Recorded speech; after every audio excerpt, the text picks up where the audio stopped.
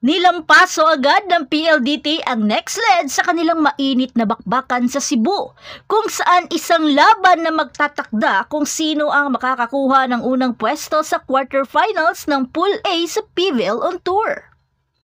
Mula sa unang serve pa lang, ipinakita na ng PLDT ang kanilang lakas. Ang kanilang blockings ay talagang nakakamangha. Simula pa lang ni Reyes at D, tatlong sunod-sunod na killer blocks agad ang ipinamalas nila na naglagay agad sa depensa ng next leg.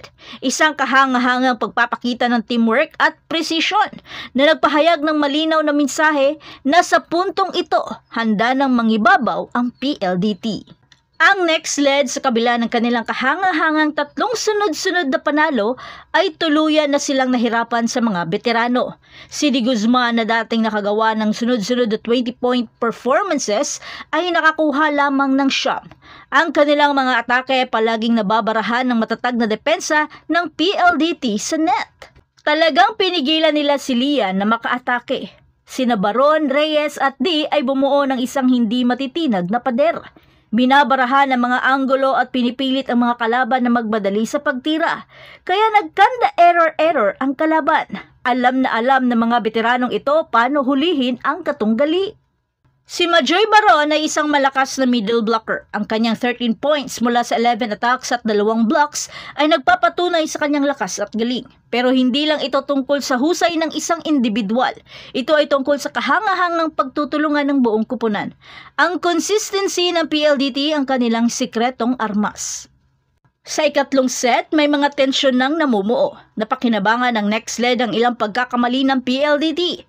Binabawasan ng agwat sa 21-24, pero si Kisha Bidonia gamit ang isang malakas na spike na nagtapos sa isang matinding rally ang nagpapanalo sa PLDT. Tinitiyak ang 25-21 na panalo ng PLDT at ang kanilang pwesto sa quarterfinals.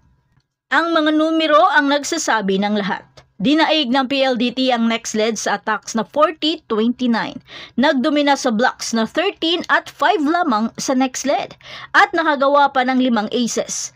Ang next leg ay wala ni isa man. Talagang mabibigat at malalakas ang binibitawan ng PLDT. Ang 18 excellent sets ni Kim Fajardo ang naging pundasyon ng maayos na paglipat ng PLDT mula depensa tungo sa atake. Pinangunahan ni Bidonia ang atake gamit ang 15 points, habang pinagdiwang naman ni Kiana D ang kanyang ika-30th birthday gamit ang magandang 9 na puntos. At isang espesyal na pagbati kay Savvy Davison na nagkaroon ng maikli ngunit kahangahangang pagbabalik na nagpapahiwatig ng mas malakas pang PLDT lineup sa hinaharap.